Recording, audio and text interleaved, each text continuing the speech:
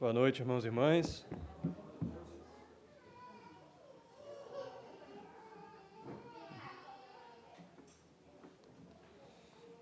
Amém. Irmãos, há alguns segundos atrás, a gente começou a gravar a pregação de hoje. E esse costume de gravar os cultos ou transmitir os cultos foi um costume que se estabeleceu muito depois da pandemia.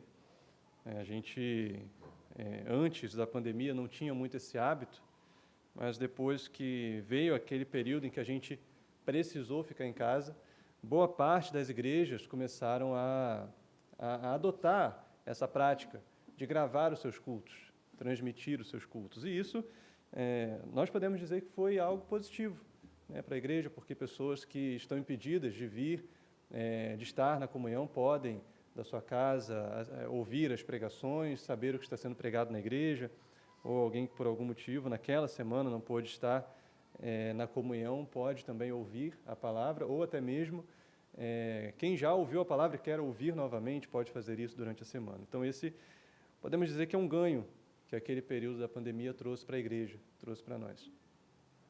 Por outro lado, nós tivemos também algumas dificuldades que vieram depois daquele período. Especialmente a forma como muitas pessoas mudaram o jeito de se relacionar com a igreja, a maneira como enxergam a igreja, como veem a comunhão cristã. Houveram muitos que perderam de vista o significado do que é ser igreja. Obrigado. Muitos, durante aquele período, deixaram de fazer parte da igreja. Talvez você se lembre de alguém assim, né, que vinha à igreja antes do período de pandemia, mas quando chegou aquela fase, se distanciou, e quando nós retornamos, aquela pessoa não voltou mais, né, se afastou da comunhão. Então, muitas pessoas deixaram de entender o que é fazer parte da igreja. Eu quero falar um pouquinho sobre isso nessa noite, o que é a igreja, como nós devemos nos relacionar com ela. Para isso, eu quero te convidar a abrir sua Bíblia na Carta aos Romanos, Carta de Paulo aos Romanos, capítulo 1.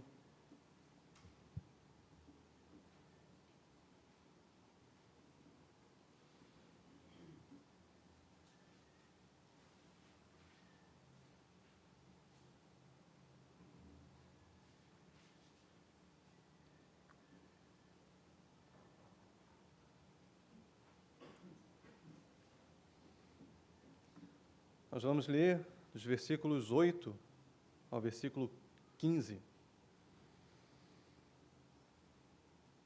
Parte introdutória da carta de Paulo aos Romanos, capítulo 1, versículo 8, vai dizer assim: Em primeiro lugar, por meio de Jesus Cristo, dou graças ao meu Deus por todos vocês, porque a fé que vocês têm é proclamada no mundo inteiro.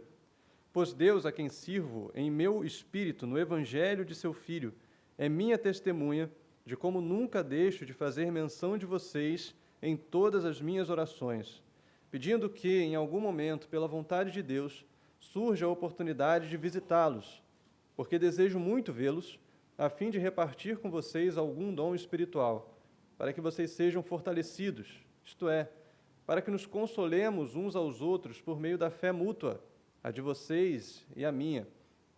Quero que vocês saibam, irmãos, que muitas vezes me propus a ir visitá-los, no que tenho sido até agora impedido, para conseguir algum fruto igualmente entre vocês, assim como também tenho conseguido entre os outros gentios, pois sou devedor, tanto a gregos como a bárbaros, tanto a sábios como a insensatos. Por isso, quanto a mim, estou pronto a anunciar o evangelho também a vocês que estão em Roma. Amém.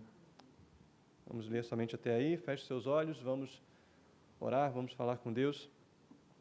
Ó Pai, nós te louvamos, Senhor, pela leitura da sua palavra, te louvamos, Deus, porque nós podemos mais uma vez nessa noite ter a oportunidade de estar diante de Ti, ouvindo a sua voz. Nós cremos, ó Deus, que a Tua palavra é o Senhor falando conosco E nós cremos que a sua palavra é viva, ó Deus, e que o Senhor pode, por meio do seu Espírito, falar aos nossos corações, de acordo com as nossas necessidades, tanto as nossas necessidades enquanto igreja, como também as nossas necessidades individuais. Então nós pedimos, Pai, que o Senhor aplique essa palavra aos nossos corações e que o Senhor faça, ó Deus, com que nós estejamos com os nossos ouvidos atentos para ouvir sua voz. Que o nosso coração esteja, de fato, disposto a obedecer a Tua palavra, compreender a Sua palavra, a ser transformado por ela, Deus, em nome de Jesus. Amém. Amém. Amém. Glória a Deus. Carta de Paulo aos Romanos. Irmãos, não foi Paulo que fundou a igreja de Roma. Você deve já ter ouvido isso. Paulo, como nós lemos aqui, nem mesmo tinha ido até aquela igreja. Nesse ponto, nesse momento, Paulo não tinha ido até Roma. E os historiadores da igreja, os teólogos, não têm um consenso sobre como essa igreja surgiu, como essa igreja nasceu. Os católicos vão dizer que quem fundou a igreja de Roma foi Pedro, né? E eles vão tentar defender isso de diversas maneiras, mas nós não temos evidências bíblicas que mostrem isso, que provem isso. Inclusive, em toda a carta de Paulo aos Romanos, Paulo não faz nenhuma menção a Pedro estar ali ou a já ter ido até aquela igreja, especialmente no capítulo 16, onde ele fala de pessoas notáveis na igreja e ele não cita a Pedro. Então, a gente não tem grandes evidências que foi Pedro que fundou aquela igreja. É mais provável que aquela igreja tenha sido fundada por cristãos comuns, principalmente cristãos que foram até Jerusalém no dia de Pentecostes, na festa de Pentecostes, que estavam ali, e aquelas mais de 3.000 pessoas se converteram, então muitos deles não eram de Jerusalém e voltaram para as suas cidades. É muito provável que alguns daqueles cristãos, novos cristãos no caso, fossem de Roma, e tenham voltado para lá. Ou muitos, durante os períodos de perseguição, também podem ter ido para aquela cidade, e então a igreja ali surgiu e cresceu, e avançou, né, e prosperou. Nós sabemos, irmãos, que a igreja de Roma é uma igreja que foi fundada cedo na história, em comparação às outras igrejas. E o que nós sabemos também é que essa igreja foi muito próspera na pregação do Evangelho. O Evangelho se difundiu pela cidade de Roma de uma maneira extraordinária, ao ponto de até mesmo a nobreza daquela cidade, as pessoas mais importantes, mais notáveis daquela cidade, conhecerem o Evangelho e muitas delas até mesmo se converterem ao Evangelho. Bom, então a gente fica com a pergunta, como que nasceu a relação de Paulo com a igreja de Roma? Se não foi ele que fundou a igreja, se ele nunca tinha ido até aquela igreja, por que Paulo faz uma carta, envia uma carta, inclusive é a maior carta de Paulo que nós temos na Bíblia, e fala de uma maneira tão afetuosa assim para aquela igreja que ele nunca tinha visitado? O que será que aconteceu? A gente vai ter uma pista disso, e para ter uma compreensão disso, nós precisamos entender o pano de fundo histórico aqui, o que estava acontecendo nesse período. Por volta ali de 52 ou 54 depois de Cristo, o imperador Cláudio, ele baixou um decreto e ele disse que os judeus deveriam ser expulsos daquela cidade. Os judeus deveriam sair de Roma, ser expulsos dali. E foi o que aconteceu. Muitos judeus foram expulsos de Roma e se espalharam pelas cidades próximas. Entre esses judeus que se espalharam pelas cidades próximas a Roma, estava um casal chamado Priscila e Áquila, uma mulher chamada Priscila e um homem chamado Áquila. Esse casal foi para a cidade de Corinto e se instalou ali. Bom, quem chegou a Corinto pouco tempo depois? Paulo. E Paulo encontra esse casal, Priscila e Áquila. Paulo encontra esse casal, Paulo provavelmente prega para eles se voltam para Cristo, e eles acabam percebendo que têm o mesmo ofício. Eles faziam tendas. E o que acontece ali é que, aparentemente, surge uma amizade forte entre Paulo e o casal Priscila e Áquila, de modo que eles passam a morar, a dividir a mesma casa e também a dividir o mesmo ofício, a trabalharem juntos. E Paulo passa um bom tempo ali com Priscila e Áquila. Isso nós vamos ler lá em Atos 18, dos versículos 1 a 3. Depois, se você quiser ler, vai falar claramente sobre isso. Paulo encontra Priscila e Áquila em Corinto e então mora com eles e passa a fazer tenda com eles. Depois de um tempo que Paulo fica ali naquela cidade, ele parte na sua viagem missionária, e quem vai com ele? Priscila e Áquila. Eles vão para Éfeso. Paulo deixa a Priscila e Áquila ali em Éfeso e sai. A gente vai encontrar isso lá em Atos 18 ainda, versículos 18 e 19. Mas depois Paulo volta e passa pelo menos mais 2 anos em Éfeso com aquela família. Ou seja, parece que surgiu ali uma amizade forte entre Paulo e Priscila e Áquila. Aquele casal que era de Roma e provavelmente falou da igreja em Roma para ele, falou da igreja romana, do que estava acontecendo lá. O que nós vamos ver depois, irmãos, é que esse casal retorna para a sua igreja, retorna para a sua terra. Nós vamos ver isso lá em Romanos 16, no próprio livro de Romanos, quando Paulo escreve essa carta. Priscila e Áquila estavam lá. Se você quiser avançar um pouco, Romanos 16, versículos 2 e 3, versículos 3 e 4, melhor dizendo, Paulo vai dizer assim: saúdem Priscila e Áquila, meus cooperadores em Cristo Jesus, os quais, pela minha vida, arriscaram a sua própria cabeça. E isto lhes agradeço, não somente eu, mas também todas as igrejas dos gentios. Então veja como foi forte o vínculo, o laço criado entre Priscila e Áquila e Paulo, de modo que aquele casal foi capaz até mesmo de arriscar a própria vida por Paulo, pelo seu ministério. Então, provavelmente, foi dali que Paulo criou a sua relação com a igreja de Roma e o seu carinho também por aquela igreja, através daquilo que ele ouvia do casal Priscila e Áquila. Irmãos, geralmente, as cartas de Paulo eram escritas para corrigir um erro na igreja. Havia ali alguma heresia surgindo, algum problema, algum pecado nascendo no meio daquela igreja, então o apóstolo Paulo escreve para corrigir algo. Mas aparentemente não é isso que acontece aqui na igreja, na carta dele à igreja de Roma. O que nós vemos nessa carta é uma grande exposição do Evangelho. Nós temos algum problema ali que fica subentendido entre judeus e gentios, é uma igreja mista, como era a maioria das igrejas naquela época, mista de judeus e gentios, e era provável que os judeus se orgulhassem da sua posição, se orgulhassem de possuir a lei. Então, especialmente no capítulo 2, o apóstolo Paulo ele é enfático em mostrar isso, qual é o motivo de vanglória para nós. E também no capítulo 3, quando ele diz: todos pecaram, independente de ser judeu, independente de ser gentio, todos pecaram, né, e destituídos estão da glória de Deus, sendo salvos pela graça em Cristo Jesus. Então, Paulo combate esse orgulho judeu, mas, de um modo geral, o que Paulo faz aqui nessa carta é expor o Evangelho, é mostrar para nós o que Cristo fez em nosso favor. E talvez aqui nós temos uma das mais claras e extensas exposições do Evangelho do nosso Senhor Jesus Cristo, na carta aos Romanos. E ele já começa fazendo isso. Se você ler o capítulo 1, versículo 3, ele vai dizer assim: este Evangelho diz respeito a seu Filho, o qual, segundo a carne, veio da descendência de Davi, e foi designado Filho de Deus com poder, segundo o Espírito de santidade, pela ressurreição dos mortos, a saber, Jesus Cristo, nosso Senhor. Ou seja, ele já abre a carta expondo o Evangelho, fazendo um resumo, uma síntese do Evangelho. Nós vemos que o apóstolo Paulo tinha um carinho especial por essa igreja e que os crentes dali tinham uma expectativa de receber uma visita do apóstolo Paulo. Possivelmente, Priscila e Áquila também falavam de Paulo para eles, né, sobre como que era a relação do casal com o apóstolo, né, como que era a amizade entre eles. E por isso, irmãos, Paulo fala algo sobre esse desejo de ir até aquela cidade, antes de entrar no seu tema principal, antes de entrar na sua exposição do Evangelho.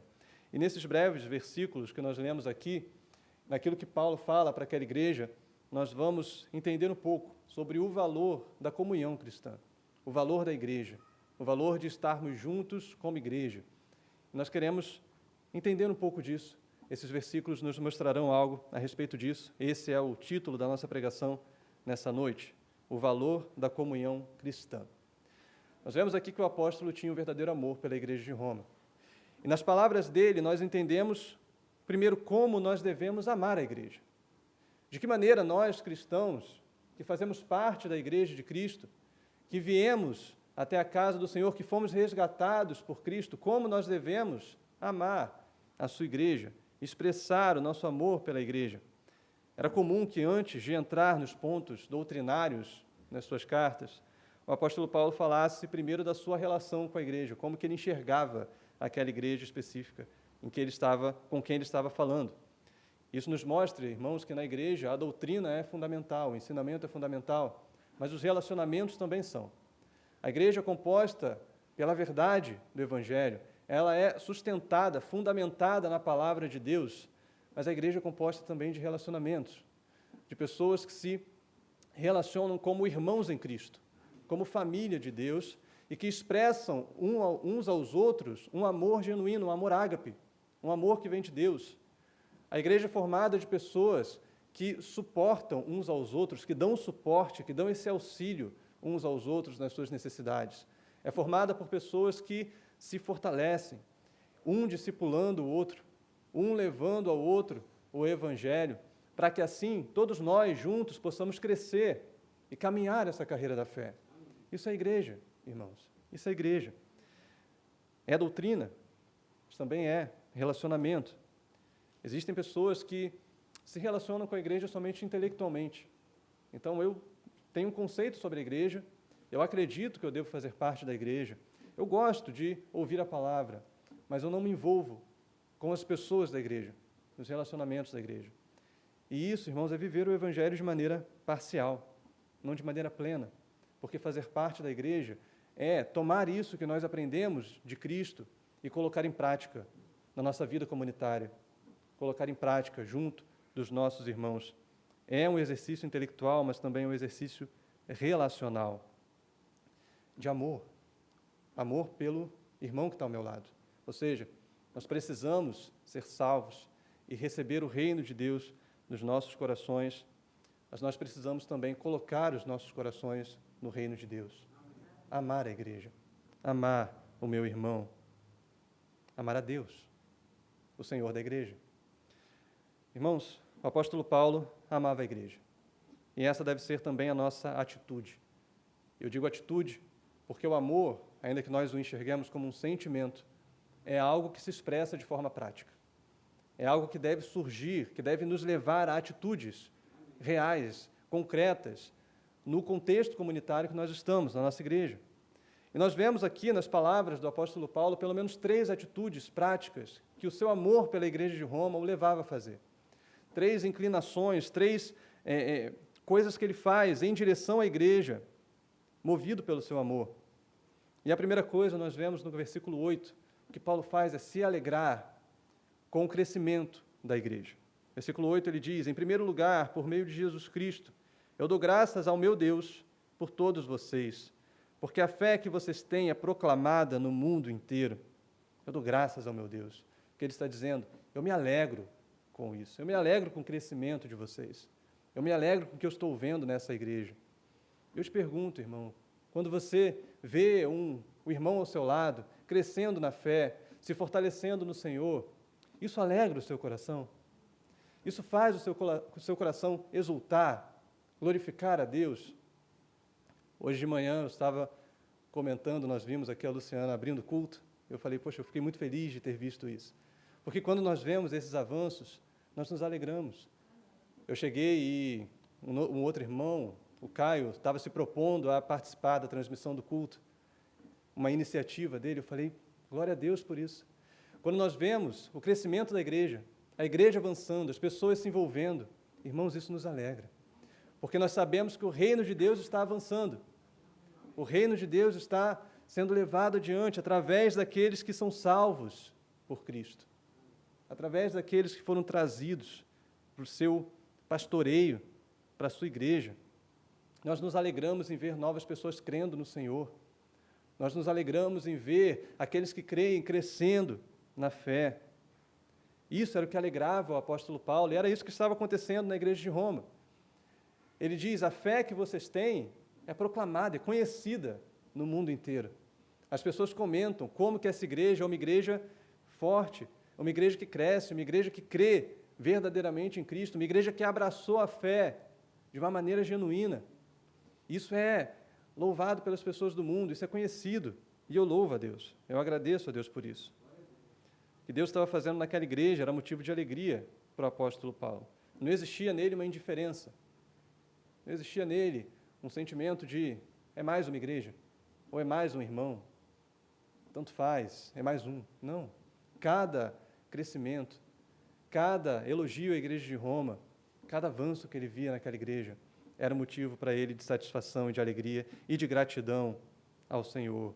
A expectativa dele era ver a igreja crescer. Assim, irmãos, essa deve ser também a nossa expectativa. Ver a igreja crescer. Ver os nossos irmãos se envolvendo ainda mais com o reino de Deus. Ver novas pessoas chegando à nossa comunhão. Essa deve ser a expectativa do nosso coração.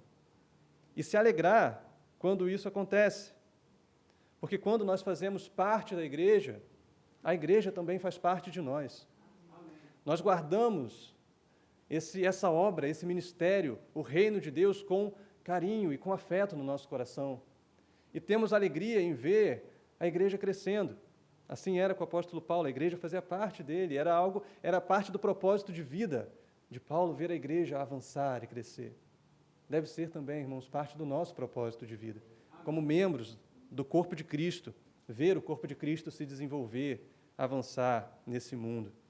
Devemos ter esse senso de missão, esse senso, essa percepção de que fazemos parte de algo maior, algo que é maior do que nós mesmos, algo que vai além dos nossos interesses particulares. Nós somos parte de algo que Deus está fazendo nesse mundo, algo grandioso, e Ele está fazendo isso através da igreja. Então nós nos empenhamos nisso e nos alegramos nisso. Mas não só nos alegramos, como também oramos pela igreja. E essa é a segunda atitude que o amor de Paulo por Roma, pela igreja de Roma, o leva a ter, orar pela igreja. E ele diz no versículo 9 e no começo do versículo 10, pois Deus, a quem sirvo em meu espírito, no evangelho de seu Filho, é minha testemunha de como nunca deixo de fazer menção de vocês em todas as minhas orações. Ou seja, irmãos, aqui nós temos uma consequência natural da alegria e do amor que Paulo tinha pela igreja. Uma consequência natural. Porque quando nós amamos a algo, nós queremos o bem daquilo. E se nós cremos que Deus é a fonte suprema de todo bem, então nós vamos até o Senhor em oração e pedimos por aquilo que nós amamos, por aquela pessoa que nós amamos, pelo nosso familiar, por quem é próximo de nós e também pela nossa igreja. Se amamos a igreja, oramos por ela. E eu te pergunto, qual lugar a igreja tem ocupado nas suas orações? Você tem tirado um tempo para orar pela igreja? Para clamar ao Senhor pela sua igreja, pelo crescimento da igreja? A igreja deve estar nos nossos corações e fazer parte das nossas orações. Porque quanto mais amamos, mais oramos. Quanto mais nos alegramos e temos expectativa com o crescimento da igreja, mais nós pedimos a Deus para que esse crescimento venha, aconteça, para que a igreja cresça, para que os irmãos sejam edificados, para que os irmãos sejam fortalecidos, dia após dia no Senhor. Então nós clamamos pela igreja. As nossas orações refletem o nosso coração. E qual costuma ser o conteúdo das suas orações? Muitas vezes nós temos o hábito de só pedir, não é verdade? E nós até temos dificuldade de fazer uma oração que não seja pedindo por nós mesmos. Se a gente quer fazer uma oração de gratidão a Deus, a gente agradece por uma coisa ou duas e quando a gente vai ver, a gente está pedindo algo, não é verdade? Isso reflete um pouco do nosso coração, irmãos. Nós precisamos ter o coração aberto para o Senhor e para a obra que o Senhor está fazendo nesse mundo, indo além de nós mesmos, indo além das nossas necessidades e clamando também pelos nossos irmãos, clamando também pela igreja do Senhor, porque esse é um ato de amor. Quando nós estamos aqui na quinta-feira, e toda quinta nós temos o nosso período de intercessão, o que nós fazemos é um ato de amor. Amor por aquilo que Deus está fazendo, amor pelas pessoas por quem nós oramos.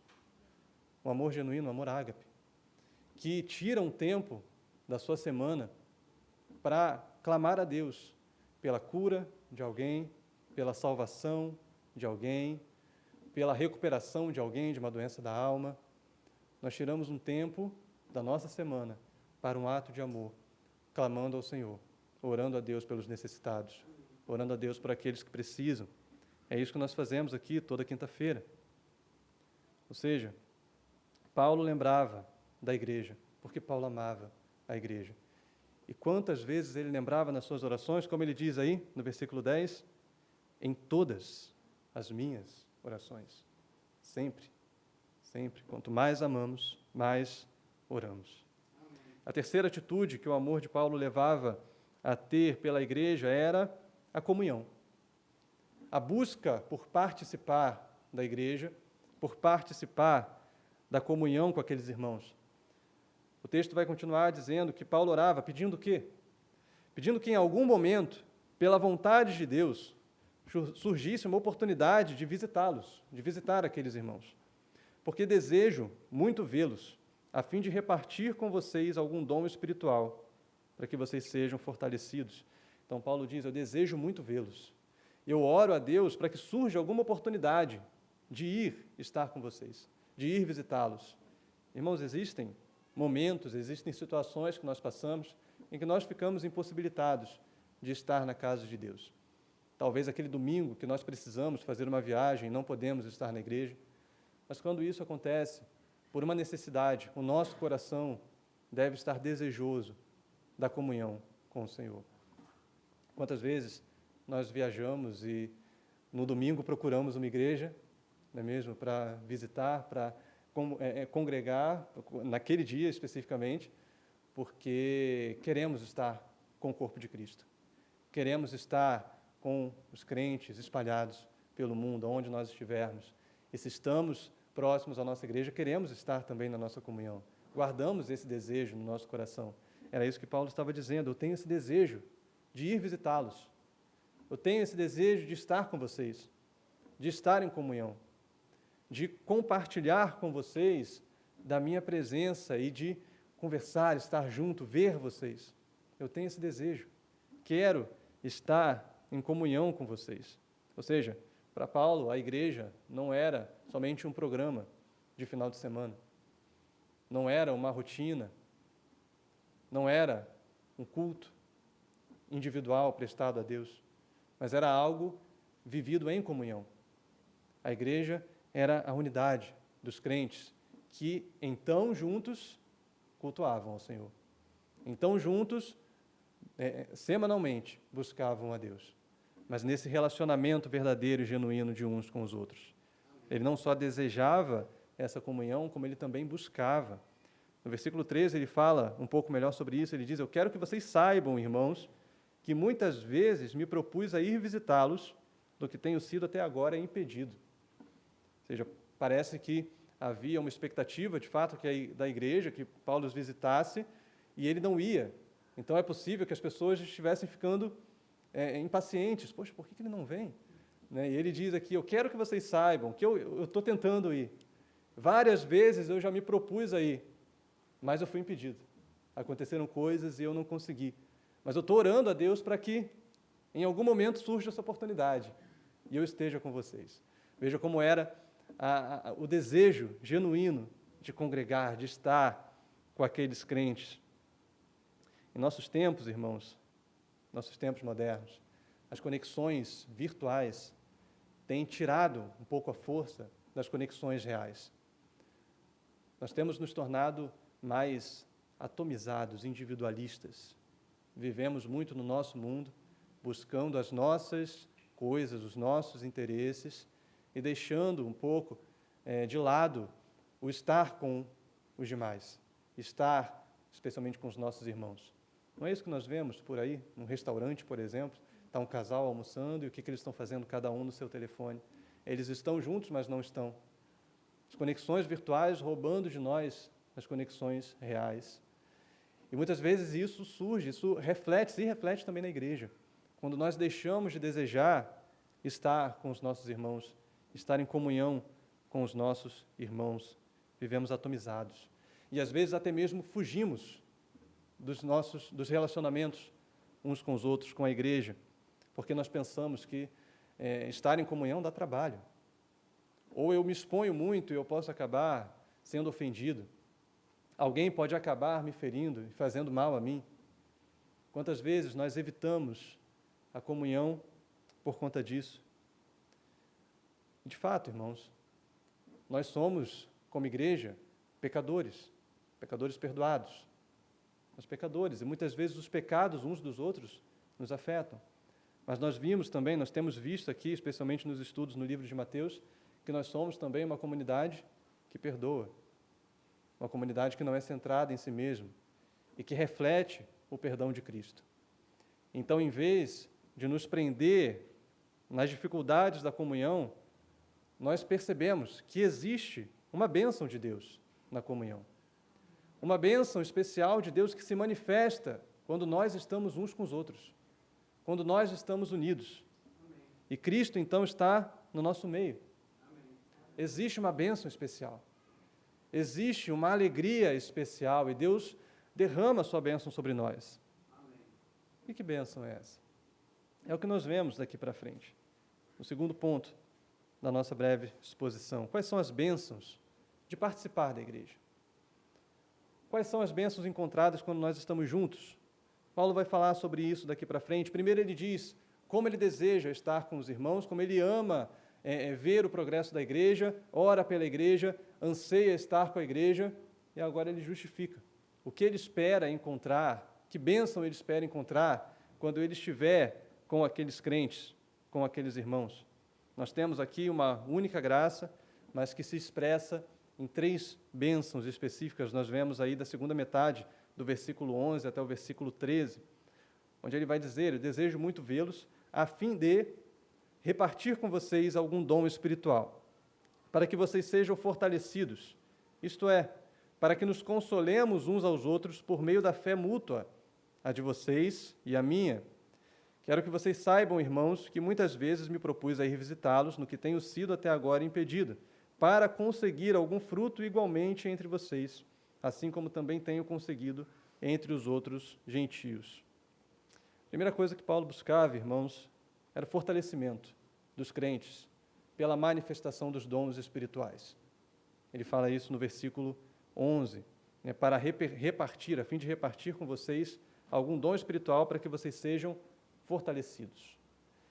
Então, o desejo de Paulo não era algo particular, algo para ele apenas, mas era o fortalecimento dos irmãos, fortalecimento da igreja, através dos dons espirituais.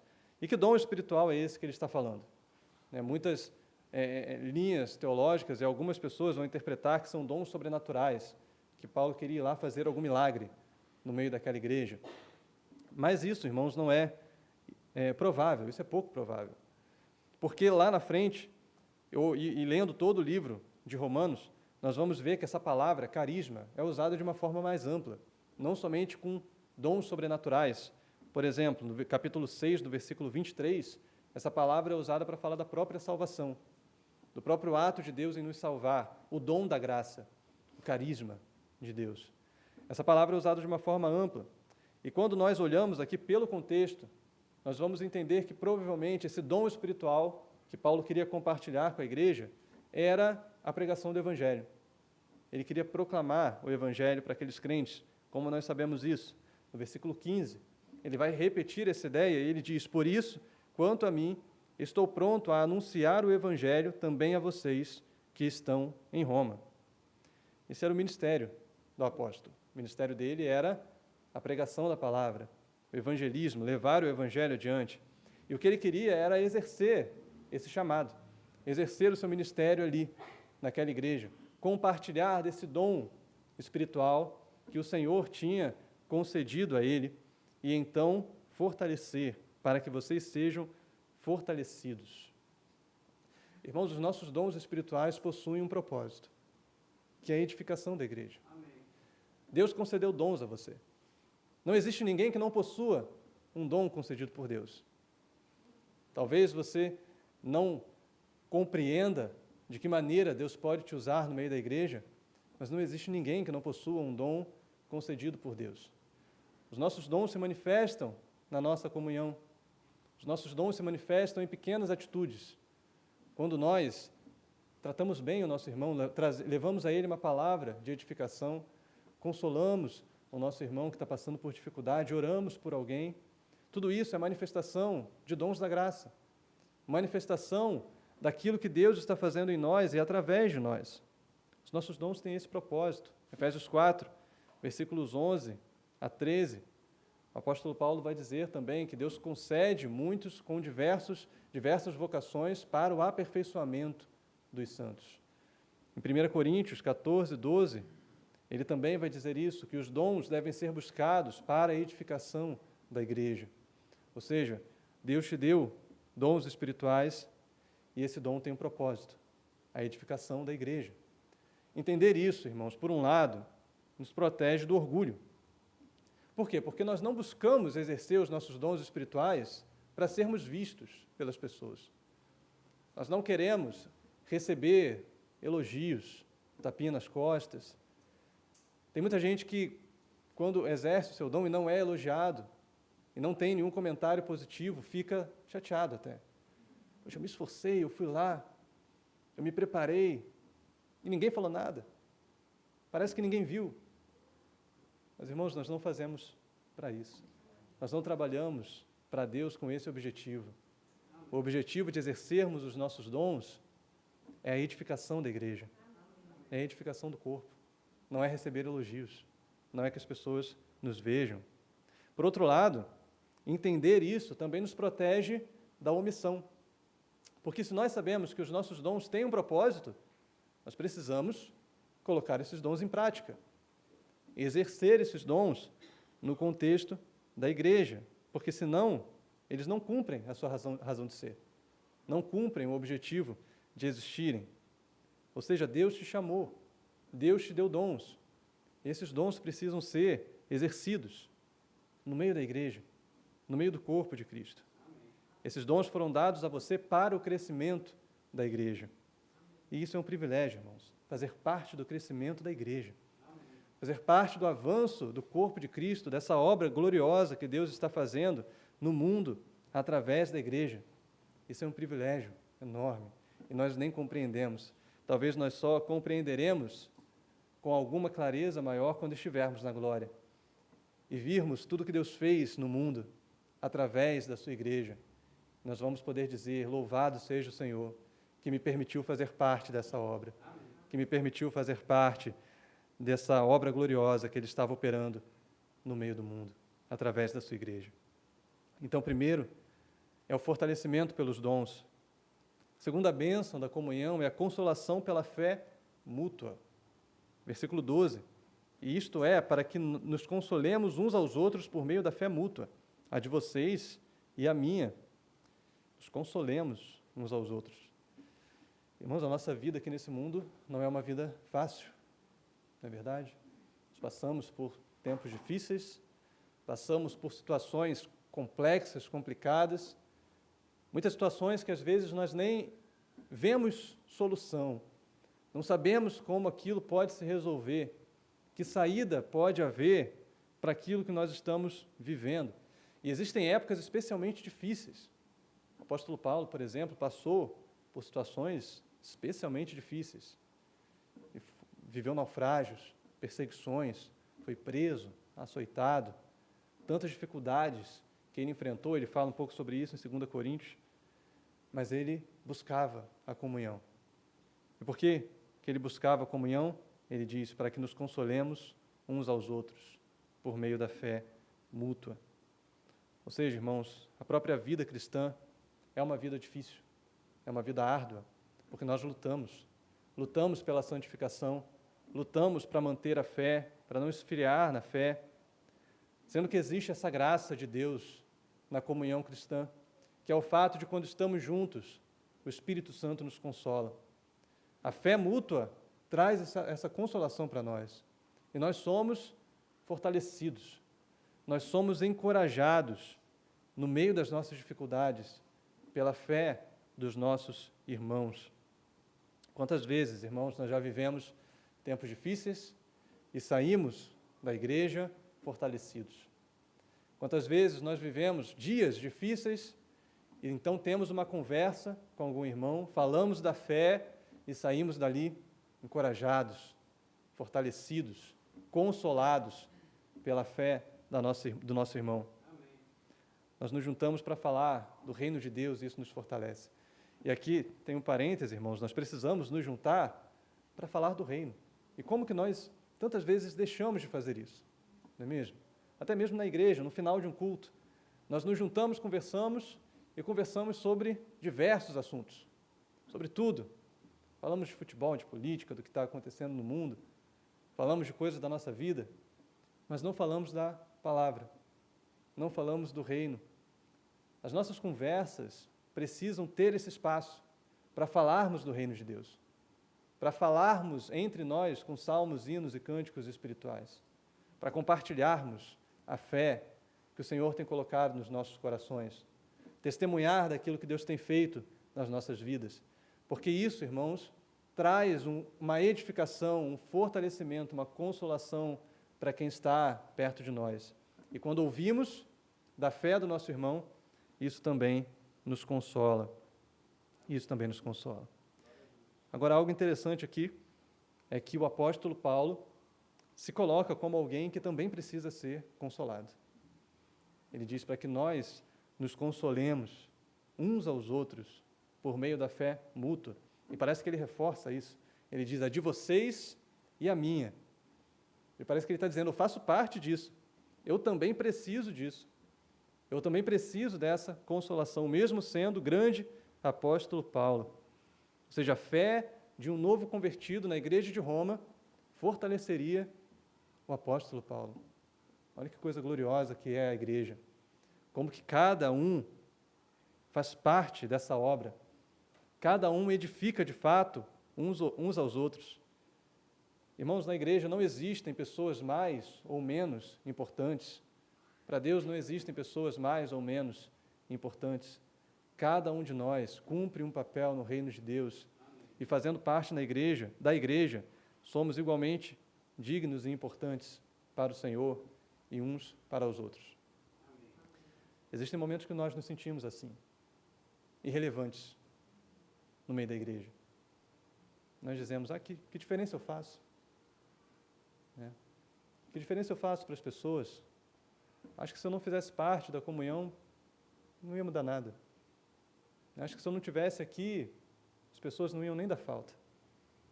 Mas isso não é verdade, irmãos. O que a palavra mostra é que o menor dos crentes, menor entre aspas, também é usado por Deus para a edificação dos irmãos. E quando nós vemos cada um dos irmãos aqui na comunhão, isso nos alegra. Quando cada um dos irmãos entra por essas portas, isso nos alegra. O menor dos crentes, ou o menor dos membros do corpo, também recebe grande honra, não é isso que o apóstolo Paulo fala lá em 1 Coríntios? Talvez você pense que a sua presença aqui é irrelevante, irmãos, mas não é. Não é. Deus também usa a sua vida, quando você vem ao culto, para encorajar outros irmãos que se alegram com você. Não foi o que o pastor falou aqui, quando orou pelas crianças? Louvado seja Deus pelo COA, está conosco de novo. Né? O COA faz parte da nossa comunhão. Nós nos alegramos com ele. E não só com ele, como com toda a família. Tadeu, a Marcele, que está conosco mais uma vez. Isso nos alegra. Nós regozijamos por isso. Nós agradecemos a Deus por isso. Calvino disse certa vez o seguinte: não há ninguém tão pobre na igreja de Cristo que não possa acrescentar alguma importância às nossas reservas. Não há ninguém tão pobre na igreja de Cristo que não possa acrescentar alguma importância às nossas reservas. Ele faz uma parábola aqui, ele faz uma metáfora, melhor dizendo. Não existe ninguém tão irrelevante na igreja que não possa nos edificar de alguma maneira.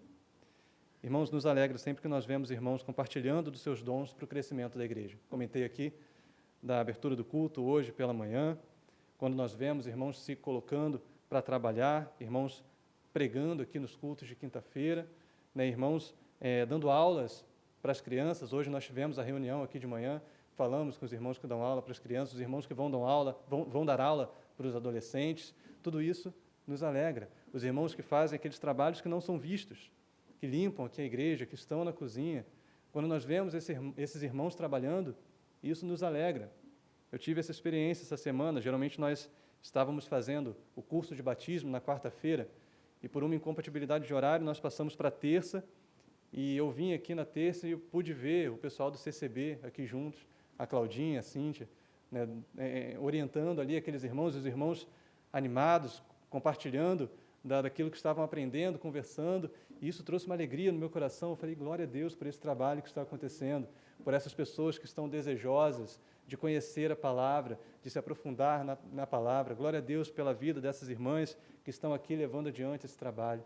Então, quando nós vemos, irmãos, o envolvimento dos crentes na igreja, isso nos alegra, isso nos consola, isso traz para nós o encorajamento de dizer glória a Deus, porque a sua obra está avançando nesse mundo. Louvado seja o nome do Senhor. A terceira bênção que nós temos aqui é a obtenção dos frutos pelo Evangelho. Segunda parte do versículo 13, quando ele vai dizer, para conseguir algum fruto igualmente entre vocês, assim como também tenho conseguido entre os gentios. O que seria o fruto aqui? Fruto seria o resultado da pregação de Paulo, resultado do ministério do apóstolo Paulo, que seriam as conversões e a edificação dos crentes. O que ele queria era levar pessoas ao conhecimento de Cristo, levar pessoas a crescerem na fé. Irmãos, naquela época, alguém poderia querer ir para Roma por diversos motivos. Roma era a capital do império, era uma cidade gloriosa, suntuosa, então muita gente queria ir ver as grandiosidades de Roma, né, as grandes arenas, os grandes palácios, fazer turismo em Roma. E Paulo poderia ter esse desejo. Não, eu quero muito ir até Roma para ver essa cidade grandiosa, ver como é que é. Mas qual é a intenção que ele possui? O que ele quer de fato? Ele quer estar naquela igreja para conseguir algum fruto, para ver aquelas pessoas crescendo na fé. Esse era o grande desejo que ele tinha. Não era ver a glória da cidade, mas era ver a glória de Deus se manifestando na igreja, através do Evangelho de Cristo. Esse era o grande anseio do apóstolo Paulo, obter frutos naquela igreja. Irmãos, por quantas razões as pessoas vão para a igreja hoje? Razões erradas, equivocadas. São muitas, não é mesmo? Quantas pessoas vão para a igreja para ver um grande espetáculo, para ver a glória daquele templo, daquele jogo de luzes, e se alegram com aquilo, e ficam com os olhos brilhando, cheios ali, por verem algo tão grandioso. Quantas pessoas procuram igrejas hoje para se sentirem confortáveis no meio de um determinado movimento que está acontecendo, ou para fazer amigos, ou até mesmo para aliviar as suas consciências. Então, no domingo eu vou para a igreja porque aí eu sinto que eu estou com Deus, eu sinto que Deus está comigo. Quantas motivações erradas. Mas, irmãos, a nossa motivação maior é frutificar. É estar na igreja para frutificar, através dos nossos dons, e ver os nossos irmãos crescendo na fé. A nossa comunhão precisa frutificar, precisa dar frutos. E o nosso desejo ao buscar a comunhão é esse, obter frutos. Não para nós mesmos, mas para o reino de Deus, para Cristo. Frutos na vida dos nossos irmãos. E para isso, irmão, é necessário se empenhar numa vida de dedicação à obra de Deus, numa vida de serviço, uma vida onde nós entregamos o nosso sacrifício, fazemos o nosso sacrifício, nos entregamos para Deus, para trabalhar na obra, para viver para Ele. Então, o que justifica a nossa participação na igreja é onde termina o nosso texto, versículos 14 e 15, quando Paulo diz, pois sou devedor, tanto a gregos como a bárbaros, tanto a sábios como a insensatos. Por isso, quanto a mim, estou pronto a anunciar o Evangelho também a vocês que estão em Roma. Ou seja, mesmo possuindo muitas bênçãos espirituais na comunhão cristã, a nossa maior motivação para o serviço na igreja não é aquilo que nós podemos ganhar, mas é aquilo que nós somos em Cristo. É o entendimento de quem nós somos. E nós somos servos de Deus. A palavra que Paulo usa aqui é devedor, pois eu sou devedor. Devedor. Ou seja, irmãos, como assim Paulo era devedor? Ele não tinha recebido nada daqueles crentes para ser devedor deles. Ele não tinha pegado o empréstimo com a igreja de Roma para ser devedor daquela igreja. Quando ele diz que era devedor daqueles irmãos, ele estava dizendo da graça, do chamado de Deus. Ele havia sido chamado por Deus para uma obra, para pregar o evangelho aos gentios. E uma vez que ele recebeu esse chamado, agora era dever dele levar adiante essa obra, esse ministério. E então ele diz: agora eu sou devedor de vocês. Agora eu sou servo de vocês. Por quê? Porque ele era servo de Cristo. Ele era servo de Cristo. Ele havia sido chamado por Cristo. É o que ele diz no versículo 5. Por meio dele viemos a receber graça e apostolado, por amor do seu nome, para a obediência da fé entre todos os gentios. Então esse foi o chamado do apóstolo. Versículo 9, no começo nós já lemos, ele diz: Deus, a quem sirvo em meu espírito no evangelho de seu Filho. Ou seja, Paulo diz: quando o evangelho me alcançou, eu me tornei um devedor. Eu abri mão dos meus direitos para servir a igreja, para ser um devedor dos meus irmãos. E nós vimos um pouco isso hoje pela manhã, não é verdade? Aquela parábola dos trabalhadores. E o que Jesus mostrou? Que aqueles homens estavam apegados aos seus direitos. Eu tenho mais direito do que o outro que trabalhou por menos tempo. Eu quero os meus direitos. E Jesus diz: não, você não tem que se prender a isso. Você é servo. Eu te chamei. Você estava lá ocioso e eu fui bom com você. Por acaso agora você vai ter inveja por conta da minha bondade? É isso que Jesus fala. Ou seja, você é devedor, você é servo. E também vimos hoje pela manhã no pedido de Tiago e João, nós queremos o direito de sentar à direita e à esquerda. E o que Jesus diz no final? Quem quiser ser grande entre vocês, seja aquele que serve. Seja aquele que serve. Quem quiser ser o primeiro, torne-se servo. Assim como o Filho do Homem, que não veio para ser servido, mas para servir. Ou seja, irmãos, Deus tem uma obra para fazer na sua vida. Quando nós ouvimos isso, nós exultamos, né? Glória a Deus, Deus tem uma obra na minha vida. Mas nós dizemos também: Deus tem uma obra através da sua vida. Deus tem uma obra na vida de muitos através da sua vida. Deus te chamou para que você seja usado por Ele, com os seus dons, como instrumento na mão de Deus, para a edificação de muitos, para a edificação da igreja, e sem distinção. Por isso o apóstolo Paulo vai dizer: eu sou devedor tanto a grego como a bárbaros, tanto a sábios como a insensatos.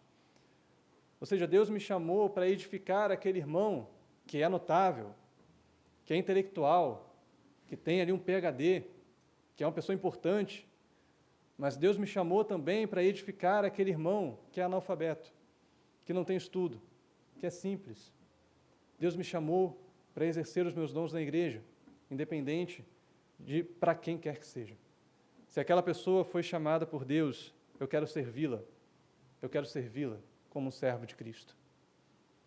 É mais ou menos isso o que ele diz lá em Filipenses 2, quando ele fala: considere cada um o seu próximo como superior a si mesmo. Ou seja, não olhe para alguém achando que alguém é inferior a você. Veja a si mesmo como devedor de cada um dos seus irmãos, como servo de cada um dos seus irmãos, e sirva a igreja com os seus dons, com os dons espirituais que Deus te deu. Então, quando cada um de nós, irmãos, nos posicionarmos como servos uns dos outros em Cristo Jesus, então nós cresceremos como igreja no poder do Evangelho. Então nós avançaremos como igreja nesse mundo. E o Evangelho é o que move a igreja. Por isso, ele diz no versículo 15 que ele está pronto a pregar o Evangelho. Veja, pregar o Evangelho a crentes, aquela igreja de pessoas salvas, para pessoas que já haviam sido convertidas. Por quê? Porque o Evangelho não é algo que nós adotamos ou ouvimos somente para conversão. O Evangelho é algo que rege toda a nossa vida. Uma vez que nós fomos salvos por Cristo, uma vez que Cristo nos resgatou e opera uma obra em nós, essa obra nos leva a avançar na fé, a crescer na fé, dia após dia. No poder do Evangelho, o Evangelho nos transforma e nós vamos sendo transformados de glória em glória na presença de Deus, até o dia que Cristo vier para buscar a sua igreja que estará sendo fundamentada, estará sendo construída e edificada na palavra, no Evangelho do nosso Senhor. É esse evangelho que nos move, é esse evangelho que nos faz crescer na fé em Cristo Jesus. Irmãos, por volta de 60 depois de Cristo, Paulo chegou em Roma. Paulo chegou em Roma, depois de ter escrito a sua carta. Mas como Paulo chegou em Roma? Você se lembra? Preso. Como prisioneiro. Bom, Deus atendeu a oração de Paulo. Mas talvez não do jeito que ele esperava. Não é mesmo? Ele chega ali com algemas, preso naquela cidade. Mas ainda assim, dessa maneira improvável, quando ele esteve ali naquela prisão em Roma, Paulo escreveu diversas cartas para muitas igrejas. E muitos dos escritos que nós temos na nossa Bíblia hoje foram escritos ali, em Roma, da prisão. Além do livro de Atos, que foi escrito por Lucas, mas provavelmente com o auxílio de Paulo, quando ele estava em Roma. Olha quanta coisa Deus fez através da vida daquele homem, mesmo de forma improvável. Mesmo de forma improvável. E o que isso mostra para nós, irmãos, é que Deus é soberano sobre a igreja. Deus é o dono da igreja. Deus é o Senhor da igreja. E Ele está operando a sua obra no meio da igreja, mesmo que isso aconteça de forma improvável.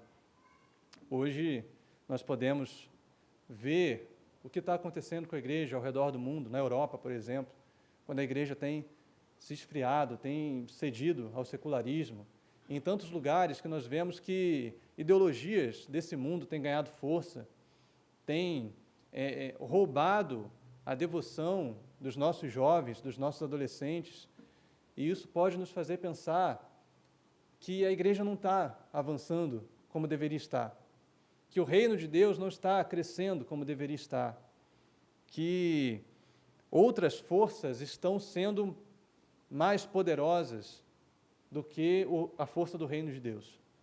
Mas isso não é verdade, irmãos. O Senhor sempre será soberano sobre a igreja. O poder de Deus sempre sustentará a igreja, porque essa é a promessa dele. É Deus quem nos guarda, é Deus quem nos sustenta, é Deus quem faz a sua igreja crescer. Foi Deus quem sustentou a igreja no Império Romano, quando muitos imperadores se levantaram para destruir os cristãos, com perseguição, com tortura, com morte. Mas a igreja não morreu, a igreja não acabou, porque Deus sustentou a igreja. Deus é quem nos faz avançar, Deus é quem nos faz crescer. O apóstolo Paulo poderia pensar que tudo tinha acabado, ele não ia conseguir cumprir o seu propósito, porque, afinal de contas, ele foi preso. E agora, como ele vai fazer o que ele pretendia? Mas Deus usou a vida daquele homem para o crescimento na fé, não só de pessoas naquela época, como de muitos que, até hoje, leem os seus escritos e são edificados porque são palavras de Deus. Como Deus usou aquele homem para a edificação da igreja. Irmãos, Deus pode usar cada um de nós. Deus pode nos usar para a edificação do seu corpo, para a edificação uns dos outros, e esse deve ser o nosso desejo. Por isso, eu deixo aqui apenas duas aplicações. Aqueles que estão distantes da comunhão, talvez estão afastados da fé ou afastados da igreja, ou até mesmo que vêm à igreja somente como um programa de domingo.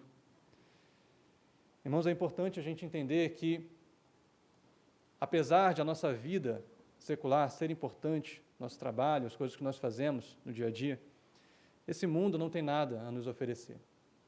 Tudo que nós conquistarmos nesse mundo vai ficar aqui, quando Cristo vier. Tudo ficará para trás. E somente o que terá real valor é aquilo que é eterno, aquilo que conta para a eternidade. Somente uma vida de satisfação em Deus poderá nos levar à glória eterna. Somente uma vida onde nós vivemos para Ele, de acordo com a sua palavra, envolvidos na comunhão com o seu corpo, pode nos levar à glória eterna. Por isso, irmãos, nós precisamos, de fato, buscar esse lugar de arrependimento e crer em Cristo. Existem muitas pessoas que foram feridas pela igreja, por pessoas da igreja. Existem muitos que sofreram decepções, que sofreram ofensas de onde menos esperavam, E muitas vezes essas pessoas se fecham para a igreja, se fecham para o trabalho ao Senhor.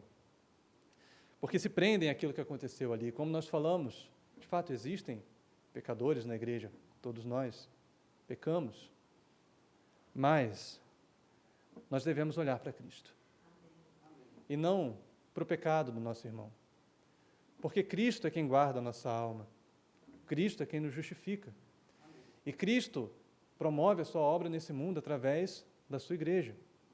Portanto, quando nós estamos na igreja, nós não nos apegamos ao pecado de quem está do nosso lado, nós nos apegamos a Cristo, nós olhamos para Ele, nós somos encorajados por Ele, pela sua obra por nós, ao entender que Ele foi à cruz do Calvário para morrer por nós, para tomar sobre si os nossos pecados, para nos tirar de uma vida de lama, de perdição, do império das trevas, para nos trazer para o seu reino e para nos fazer parte do seu corpo, da sua família, da família da fé, da sua igreja. Então, se existe, irmãos, no seu coração, alguma mágoa, algum ressentimento com a igreja, por conta de algo que alguém fez contra você, leve essas coisas ao Senhor. Leve isso a Deus em oração. Peça para o Senhor trabalhar esse perdão no seu coração. E peça para que Ele coloque os seus olhos em Cristo, somente em Cristo. E aqueles que já fazem parte da comunhão, já se envolvem com a igreja. Eu te digo, irmãos, deixe que o Evangelho aperfeiçoe em você o caráter de servo. Isso é algo que deve ser aperfeiçoado dia após dia. Por mais que você viva na igreja, trabalhe de diversas maneiras, o caráter servil deve ser aperfeiçoado em nós. Porque nós nunca chegaremos, nesse mundo, à plenitude perfeita de Cristo, à imagem de Cristo. Nós avançamos, nós buscamos o aperfeiçoamento, nós buscamos servir como Cristo serviu, entregar a nossa vida como Cristo entregou, mas nunca faremos o bastante, precisamos sempre avançar, sempre crescer, até que Cristo venha em sua glória, até que Cristo venha nos buscar. Olhe para a igreja, irmão, como um lugar onde você pode aplicar os seus dons, executar os seus dons, exercer os seus dons, a fim de dar frutos para o reino de Deus. E que assim você ame a igreja. Que cada um de nós encontre em nosso coração esse amor verdadeiro pela igreja de Cristo. Que assim você se alegre com ela. Que a cada dia você ore pela sua igreja, pelo crescimento da sua igreja. Que a cada dia você busque a comunhão real que existe nela, em Cristo Jesus, com cada um dos seus irmãos. Amém, irmãos? Nós queremos ser uma igreja viva, onde cada membro é transformado e vive o Evangelho, dia após dia, para a edificação uns dos outros, do corpo de Cristo. Que essa seja a nossa oração. Amém, irmãos? Amém. Eu quero orar com você a esse respeito. Peço que feche seus olhos. Vamos pedir que Deus opere isso em nós. Pai, nós te bendizemos, te louvamos, porque se nós estamos aqui nessa noite, é porque um dia o Senhor nos alcançou. O Senhor nos resgatou, ó Deus, da nossa vida de pecado, da nossa vida de perdição, quando nós andávamos distantes de Ti. A Tua palavra diz que nós antes nem éramos povo, estávamos perdidos, mas hoje nós somos povo de Deus, nós somos servos Seus, chamados para o Teu reino, para viver para Ti. Nós Te louvamos por essa graça, por essa obra gloriosa que o Senhor tem operado em nós, pela bondade que o Senhor tem manifestado em nossa direção, sobre nós. E nós pedimos, ó Deus, que o Senhor nos ajude a ter uma disposição para servir na Tua casa, para servir ao Senhor. Nos ajude, ó Deus, a amar a Tua igreja, porque sabemos que através dela o Senhor tem operado a Sua obra nesse mundo. Através da Sua igreja, ó Deus, muitos têm sido transformados, resgatados das suas vidas de pecado, para se aproximar de Ti, para serem adotados como Seus filhos. Nos faça, ó Deus, desejar ver isso acontecer a cada dia. Amém. Nos faça desejar ver a Tua igreja avançar a cada dia. E nos faça, ó Pai, não somente desejar, como a nos empenhar também nesse propósito de ver a Tua igreja crescendo, Nós queremos, ó Deus, ser moldados por Ti. Que em nosso meio haja, de fato, o vínculo do amor. Se existe, ó Deus, no meio da nossa igreja, alguma inimizade, se existe algo, ó Deus, que não provém do Senhor, algum sentimento que não provém do Senhor, que o Senhor faça com que esses irmãos consigam perdoar. Desenvolva no coração desses irmãos o amor verdadeiro, genuíno que vem de Ti. Que não se apegam, ó Deus, aos seus direitos, mas que se colocam como servos uns dos outros, porque entende que um dia fomos alcançados por Ti e agora devemos manifestar essa graça aos nossos irmãos. Molda isso no nosso interior, ó Deus, molda isso no nosso coração, porque precisamos de Ti. O nosso coração é pecador, é pecaminoso, nós precisamos de Ti. Sem Ti nós nada podemos fazer. Então molda-nos, transforma-nos para a Tua graça. Nós colocamos a nossa igreja diante do Senhor, a Igreja Cristã Nova Vida em Cabo Frio. Pedimos, ó Deus, que o Senhor opere a sua graça nessa igreja para que continuemos sendo uma igreja que Te busca, uma igreja que honra o Seu nome, que glorifica o Seu nome aqui no lugar onde o Senhor nos colocou. Que nós possamos, ó Deus, como igreja, refletir a esse mundo o Teu Evangelho, a luz do Teu Evangelho. Nós possamos, Pai, como igreja, levar a Tua palavra adiante, que cada um de nós possa ser um agente, ó Deus, da pregação da Tua palavra nesse mundo. Amém. E que assim o Senhor nos use para a Sua honra, para a Sua glória. Amém. Que cada vez mais possamos ver novos irmãos se colocando, ó Deus, para Te servir nessa igreja, que assim possamos ser uma igreja saudável, amém, onde cada um de nós é edificado, um pelos outros, para a Tua honra, para a Tua glória. Nos faça avançar, ó Deus, nos faça crescer no Teu reino, glorifique o Teu nome em nosso meio. Em nome de Jesus, Pai. Amém. Amém. Amém, irmãos. O Senhor os abençoe. Pastor Osvaldo.